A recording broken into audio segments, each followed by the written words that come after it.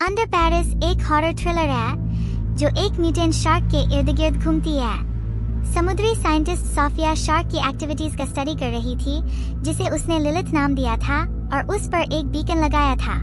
Sophia और उनकी team great Pacific garbage patch में समुद्री जीवन की रक्षा के मिशन पर निकले थे। उसने अपनी टीम के मेंबर्स को लिलिथ का सैंपल लेने के लिए भेजा ताकि उसकी लोकेशन को बेहतर ढंग से समझा जा सके। जब वे लिलिथ को खोजने के लिए गोता लगाते हैं तो उनकी टीम के सदस्य एक घायल स्पर्म व्हेल का बच्चा देखकर हैरान रह जाते हैं जो प्लास्टिक में उलझकर मर गई है। टीम पूरी तरह से हैरान थी जब उन्होंने लिलिथ को देखा जो आकार में काफी बढ़ गई थी। सोफिया ने अपने साथी क्रिस से सैंपल वापस लाने को कहा। भले ही लिलिथ का साइज चिंता का कारण था, सोफिया को उम्मीद नहीं थी कि चीजें इतनी जल्दी बढ़ जाएंगी। जब क्रिस ने उसका सैंपल लेने की कोशिश की तो लिलिथ ने बदला लिया और यह खूनी लड़ाई में बदल गया। सोफिया ने अपने साथियों को बचाने की कोशिश की लेकिन बहुत देर हो चुकी थी। इस एक्सीडेंट के बाद सोफिया ने अपने प्रोजेक्ट को छोड़ दिया, लेकिन 3 साल बाद यह समस्या एक बार फिर उसके दरवाजे पर दस्तक देने लगी। जब मीका नाम की लड़की सोफिया से आकर मिली, मीका और उसके साथियों ने सेव आवर सीज नाम का एक ऑर्गेनाइजेशन बनाया था और उन्होंने शार्क को ट्रैक करने के लिए बीकन का इस्तेमाल किया था कि वे सुरक्षित और सही रास्ते पर रहें। सोफिया को शुरू में यकीन नहीं हो रहा था कि लिलिथ नदी तक पहुंच गई थी। उसने सोचा कि मीठे पानी में एक शार्क का होना इम्पॉसिबल था, लेकिन मीका का मानना था कि क्लाइमेट चेंज लिलिथ की कंपैटिबिलिटी को ट्रिगर कर सकता है। जितना इम्पॉसिबल लग रहा था, सोफिया को जल्द ही एहसास हुआ कि वह सही थी, क्योंकि नदी में एक एक्सीडेंट हुआ और पुलिस को लाश नहीं मिली। पुलिस ने मीका और सोफिया की बातों पर विश्वास नहीं किया और खतरे की सच्चाई जानने के लिए सीन नदी में गोता लगाने का फैसला किया। सोफिया ने लिलिथ की वजह से सार्जेंट आदिल और उनकी टीम के साथ जाने का फैसला किया। मीका को डर था कि पुलिस शार्क को देखते ही मार देगी और उसने लिलिथ को बचाने के लिए पुलिस अधिकारियों की जान खतरे में डाल दी। अपने साथी बेन की मदद से लिलिथ का बीकन बंद करवा दिया। शुक्र है कि कोई घायल नहीं हुआ, लेकिन यह एक और खूनी लड़ाई हो सकती थी। सार्जेंट और उनकी टीम अब इस बात को लेकर यकीन था कि सीन में एक शार्क है और उन्हें इसे समुद्र की तरफ भेजने का तरीका निकालना था। इस बीच सोफिया ने मीका से समझदारी से बात करने की कोशिश की, लेकिन मीका को सिस्टम पर भरोसा नहीं था। गर्मागरम बहस का रिजल्ट हुआ कि मीका ने सोफिया पर 3 साल पहले उसकी टीम पर हुए हमले के लिए जिम्मेदार होने का आरोप लगाया। सोफिया को एहसास हुआ कि उससे बात करना बेकार है और वह कमरे से बाहर चली गई। मीका जोश में थी और उसने शार्क की बात सोशल मीडिया पर ऑनलाइन आकर बता दी और शार्क को बचाने के लिए बहुत से लोगों को इकट्ठा भी करने लगी। सोफिया ने सार्जेंट और उनकी टीम के साथ मिलकर रेस्क्यू प्लान बनाया। ट्रायथलॉन चैंपियनशिप में सिर्फ 1 हफ्ता बचा था। पेरिस के मेयर ने इस पर रोक लगाने से इनकार कर दिया। उसने खतरे को सीरियसली नहीं लिया और उसका मानना था कि मिलिट्री लोकेशन को सेव करने के लिए सही होगी। सोफिया ने लिलिथ की वजह से पैदा हुए खतरे को समझाने की कोशिश की और उसने मेयर को चेतावनी दी कि उनका पीआर स्टंट कत्लेआम में बदल जाएगा। लेकिन मेयर अपनी इमेज और ट्रायथलॉन पर खर्च किए गए पैसे को खतरे के मुकाबले में ज्यादा जरूरी मान रही थी। मेयर ने सोफिया और आदिल को लोकेशन को कंट्रोल करने के लिए एक प्लान बनाने की इजाजत दी। चूंकि बीकन बंद हो गया था, सोफिया ने लिलिथ को चारा डालने और उसे बेहोश करने का फैसला किया।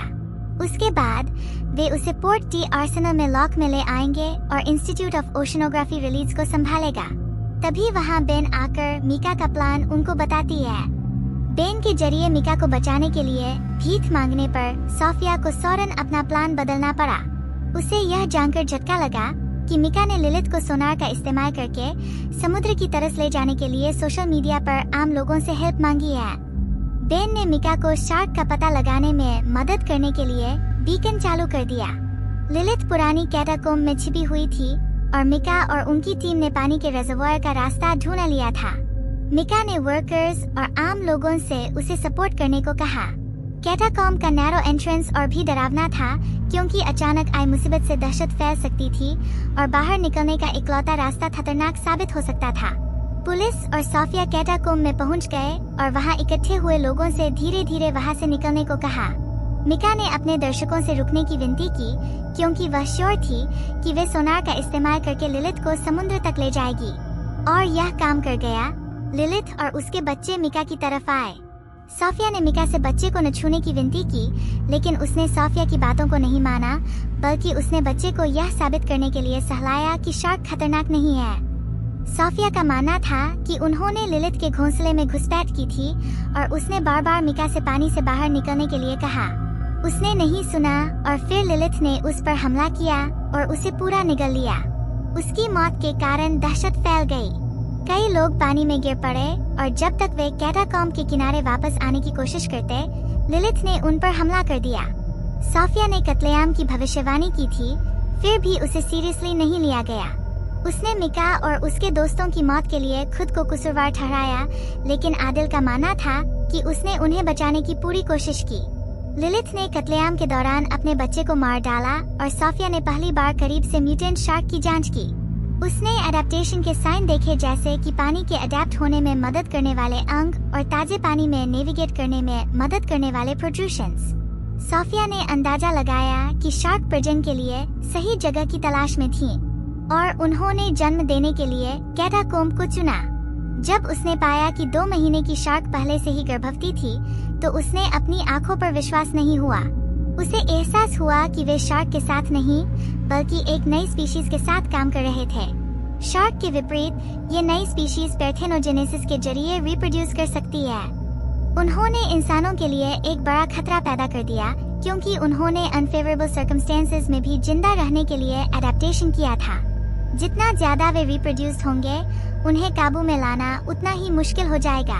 सार्जेंट और सोफिया ने महसूस किया कि उन्हें तुरंत कार्रवाई करनी चाहिए।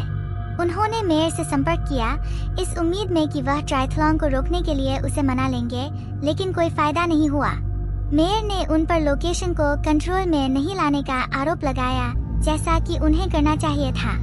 उसने पेरिसवासियों को सीन में शार्क के बारे में चेतावनी देने के लिए लाइव में जाने से मना कर दिया। सोफिया को यकीन नहीं हो रहा था कि मेयर दर्जनों मौतों के बारे में पता चलने के बाद भी ट्रायथलॉन करने पर अड़ी हुई है। उसने इंटरव्यू के दौरान सीन में शार्क के दावे को रिजेक्ट कर दिया और अब यह साफ था कि मुसीबत से निपटने की उसकी कोई प्लानिंग नहीं थी। सोफिया ने मामला अपने हाथ में लेने का फैसला किया और आदिल ने उसका साथ दिया। वे दोनों अपनी टीमों को न बचाने का भार लेकर जी रहे थे और सोफिया कभी लिलिथ से अपने साथी और अपनी टीम को खोने से उबर नहीं पाई थी। इसलिए इस बार उन्होंने खतरे में पड़ी हजारों जानों को बचाने की उम्मीद की। ट्रायथलॉन से कुछ घंटे पहले उन्होंने एक छोटी टीम इकट्ठी की। उन्होंने बम स्क्वाड की मदद से क्रिप्ट में घोंसले में बम लगाने का प्लान बनाया। जबकि बाकी पेरिस सेलिब्रेशन के मूड में था, सोफिया और उनकी टीम लिलिथ और उसके बच्चों की निगरानी में बिजी थे। उन्हें कंपटीशन के लिए स्विमर्स के सीन नदी में उतरने से पहले लोकेशन को काबू में लाना था। सोफिया और आदिल इस बात से अनजान थे कि वे कुछ शार्क के साथ नहीं बल्कि सैकड़ों शार्क से निपट रहे थे।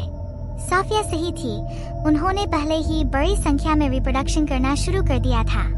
समस्या तब शुरू हुई जब एक बम चालू करने में फेल रहा। जब तक पिकर बम शुरू कर पाता, शार्क ने उस पर हमला कर दिया और उसे मौके पर ही मार डाला। सोफिया ने अपनी टीम को कोई अचानक हरकत न करने की चेतावनी दी, लेकिन एडम ने विस्फोट को चालू करने के लिए अपनी जान जोखिम में डाल दी। शार्क ने उसे मार डाला और फिर बम फटता है। सोफिया आदिल को सही सलामत बचा लेती है और बोट तक ले आती है। सोफिया वापस नदी में जाकर देखती है कि लिलिथ जिंदा है या मर गई, लेकिन लिलिथ कहाँ मरने वाली थी, वो अभी जिंदा है और अब वो स्विमर्स की तरफ बढ़ रही है। उधर स्विमर्स नदी में इस बात से अनजान है कि एक म्यूटेंट शार्क उनकी तरफ आ रही है। लिलिथ उन पर हमला करती है और सारे स्विमर्स मारे जाते हैं। बहुत लोग अपनी जान गंवा देते हैं।